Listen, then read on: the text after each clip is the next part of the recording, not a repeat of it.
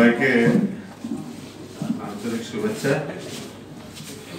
তারা নিউজ পক্ষ থেকে আয়োজিত আজকের আলোচনা সভায় সম্মানিত প্রধান অতিথি তো আসেননি, বিশেষ অতিথি মেয়র চুমকি এমপি, সাবেক প্রতিমন্ত্রী এবং বাংলাদেশ মহিলা আওয়ামী লীগের সভানেত্রী। সবচেয়ে বড় কথা হচ্ছে যে আমরা যারা ছাত্র জীবনে যার হত্যাকাণ্ডের বিরুদ্ধে আমরা আন্দোলন সংগ্রাম করেছিলাম, শহীদ মহিউদ্দিন ভাইয়ের দুর্ঘটনা উনি এখানে উপস্থিত আছেন, এজন্য আমরা অত্যন্ত আনন্দিত। এখানে উপস্থিত আছেন অধ্যক্ষ হাত চৌধুরী। আমরা যখন বুঝতে শিখি তখন থেকে একবার নাম আমরা শুনেছি, মুক্তিযুদ্ধ হিসেবে মুক্তিযুদ্ধের নেতা হিসেবে ওনাকে আমরা চিনেছি। আরো অন্যান্য যারা এখানে উপস্থিত আছেন সকলের প্রতি আমার আন্তরিক কৃতজ্ঞতা। আমি বক্তব্যের শুরুতেই স্মরণ করছি সর্বকালের সর্বশ্রেষ্ঠ বাঙালি জাতির পিতা বঙ্গবন্ধু শেখ মুজিবুর রহমান, জাতীয় চার নেতা যারা ৩রা নভেম্বর ঢাকা সেন্ট্রাল জেলে নৃশংসভাবে হত্যাকাণ্ডের শিকার হয়েছে, এবং বঙ্গবন্ধুর পরিবারের সদস্য যারা ১৫ই আগস্টের নির্মমভাবে নিহত হয়েছে, এবং আমাদের যারা মুক্তিযোদ্ধা এই দেশের স্বাধীনতার জন্য মুক্তির জন্য রক্ত দিয়ে গেছেন, যারা জীবন ঝুঁকি নিয়ে যারা যুদ্ধ করে এখনো বেঁচে আছেন, তাদের সকলের প্রতি আমার বিনম্র শ্রদ্ধা।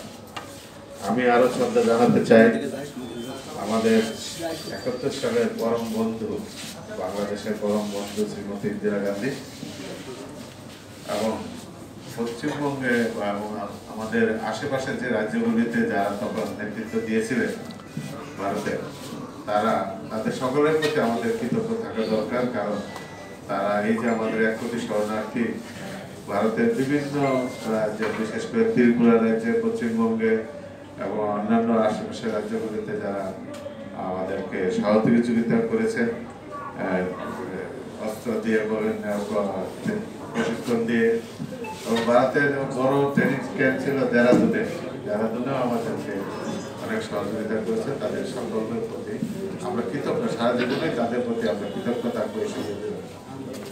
এছাড়া আমাদের ভারতে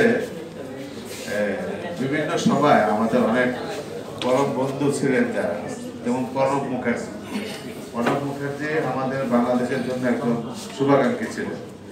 তারপরে জ্যোতি বসু আমাদের জন্য খুব শুভাকাঙ্ক্ষী ছিলেন। কিন্তু এখনো ভারতের সরকারের সাথে বাংলাদেশ সরকারের কিন্তু ভালো বন্ধুত্ব আছে। কেন্দ্রীয় সরকারের সাথে বাংলাদেশ সরকারের একটা ভালো বন্ধুত্ব আছে, পররাষ্ট্রনীতির কারণে হোক যাই হোক। কিন্তু ভারতের পশ্চিমবঙ্গের যিনি মুখ্যমন্ত্রী, তিনি আমাদের চরম শত্রু। তিনি আমাদেরকে বারবার আমাদের দেশের মানুষকে ভারত বিরোধী করার জন্য তিনি ইন্সপায়ার করে যান, বাংলাদেশ বিরোধী বক্তব্য দিয়েছেন। আজকে দেখবেন টেলিভিশন তিনি আমাদের তিস্তার পানির কথা আসলেই আমাদের বিরুদ্ধে কথা বলেন। ভারত সরকার আমাদেরকে, কেন্দ্রীয় সরকার আমাদের তিস্তার পানি দিতে চান, আর তিনি বলেন যে আমাদের তিস্তার পানি দিবেন না, দেন না। আর আজকে তিস্তার পানি ছেড়ে দিয়েছেন। আমার উত্তরবঙ্গ শব্দ নিয়ে মানুষের ঘর বাড়ি থেকে বাড়ি ভেঙে যাচ্ছে বা জমি ভেঙে যাচ্ছে, বা হাজার হাজার মানুষ আজকে ক্ষতিগ্রস্ত হচ্ছে, এখন তিস্তার পানি ছেড়ে দিয়েছে। এটা কোন ধরনের বন্ধুত্ব? কেন তারা এই কাজটা করে যাচ্ছে? যখন আমার পানির প্রয়োজন তখন আমার পানি আটকে রেখে, আর যখন আমার পানির প্রয়োজন নাই তখন আমার পানি দিয়ে আমাদেরকে এইভাবে ক্ষতিগ্রস্ত ডুবাই দিতেছে, আমার বাড়ি সব তুলে দিতেছে, আমার মানুষকে ঘর ছাড়া বাড়ি হারাত করে দিয়েছে। কেন? এইটাকে আপনি আরেকটা জিনিস দেখেন, আজকে আমরা তারা নিউজ নিয়ে আলোচনা করি। ভারতে আমাদের কোন চ্যানেলটা নিয়ে আলোচনা করে? ভারতে কে আমাদের চ্যানেল দেখতে পায়? কেউ আমাদের চ্যানেল দেখতে পায় না। আমার একটা বিশ্ববিদ্যালয়ের পড়ুয়া ছেলে বাংলাদেশের প্রধানমন্ত্রীর নাম জানে না। এটা কি বন্ধুত্বের নিদর্শন? অবশ্যই না। বলেন, আপনারা মুক্তিযোদ্ধা যারা আছেন বলেন, ভারতের এখনকার প্রজন্মের ছেলে মেয়ে যারা আছেন জিজ্ঞেস করে দেখেন তো বঙ্গবন্ধু বাংলাদেশ কার নেতৃত্বে স্বাধীন হয়েছে? বঙ্গবন্ধুর নামটা পর্যন্ত জানেন বলতে পারেন। আমি নিজে ভারতে গেছি, আমি দেখেছি, তাদের সাথে কথা দেখেছি। আমি একেবারে শান্তিনিকেতনে দাঁড়িয়ে, আমি শান্তিনিকেতনে পরে সর্বশেষ গত বছরের ঘটনা জানে না বাংলাদেশ সম্পর্কে কিছু, জানবে কিভাবে? ভারতে আমাদের দেশের কোনো কিছু, কোনো তথ্য তারা ভালো করে করছে। এমনকি পত্রিকাগুলোতে বাংলাদেশে যদি খারাপ কোনো কিছু হয় সেটাকে বড় করে ফলাও করে ছাপানো হয়। আর আমাদের দেশের ভালো কাজ, আমাদের মাননীয় প্রধানমন্ত্রীর নেতৃত্বে যে বাংলাদেশ যে এত উন্নত হয়েছে, এত কিছু করেছে বাংলাদেশে, বাংলাদেশকে একটা অভাবনীয় উন্নয়নের কাছে নিয়ে গেছে। সবকিছু দেখেন আপনারা আমাদের দেশে, এই যে মেট্রো রেলের দেখেন, আপনার পদ্মা সেতু দেখেন, বঙ্গবন্ধু টানেল সহ এই হাতির জিলা দেখেন। ঢাকা বাংলাদেশে কোথায়, কোন গ্রামে বঙ্গবন্ধু কন্যার উন্নয়নের ছোঁয়া পড়েনি? ভারতে কি এরকম কোনো আমাদের দেশে যে এই জন্য দিয়েছে? ভারতের পত্রিকাগুলি দেখে, আমরা প্রতিদিন আনন্দবাজার পত্রিকা, অন্যান্য পত্রিকা আমরা কিন্তু সব অনলাইনে আমরা পড়ি, আমরা লক্ষ্য করি যে বাংলাদেশের কোন নিউজটা কোনটা ভারতের পত্রিকাগুলিতে ছাপা হয়েছে, আর আমরা কোনটা ছাপি। আমি বাংলাদেশের জাতীয় সংবাদ সংস্থা, বাংলাদেশ সংবাদ সংস্থার আমি প্রধান বার্তা সম্পাদক।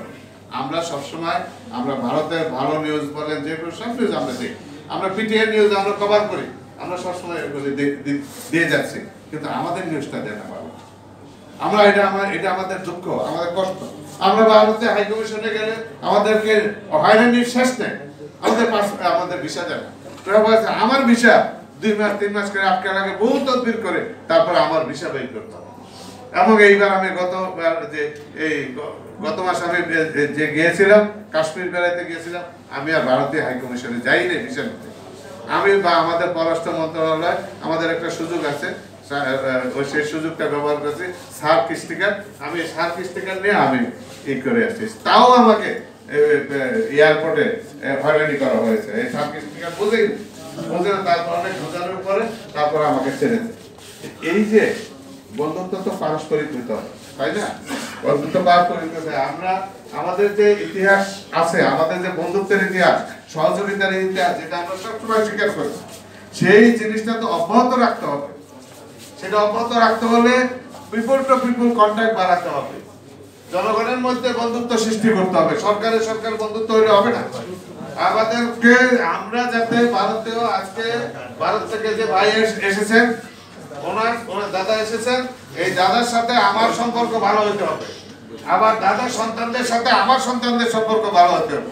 সেই সন্তানটা যদি, তাহলে আমাদের যে এই ইতিহাস 71 সালের ইতিহাস তাই ধরে রাখতে পারবো, নাহলে আমরা পারবো না। আমাদের এটা সম্ভব হবে না, ভুলের কাজ আছে। আমি একটু আসি আপনাদের মুক্তিযুদ্ধের ব্যাপারে আমি একটু কথা বলি।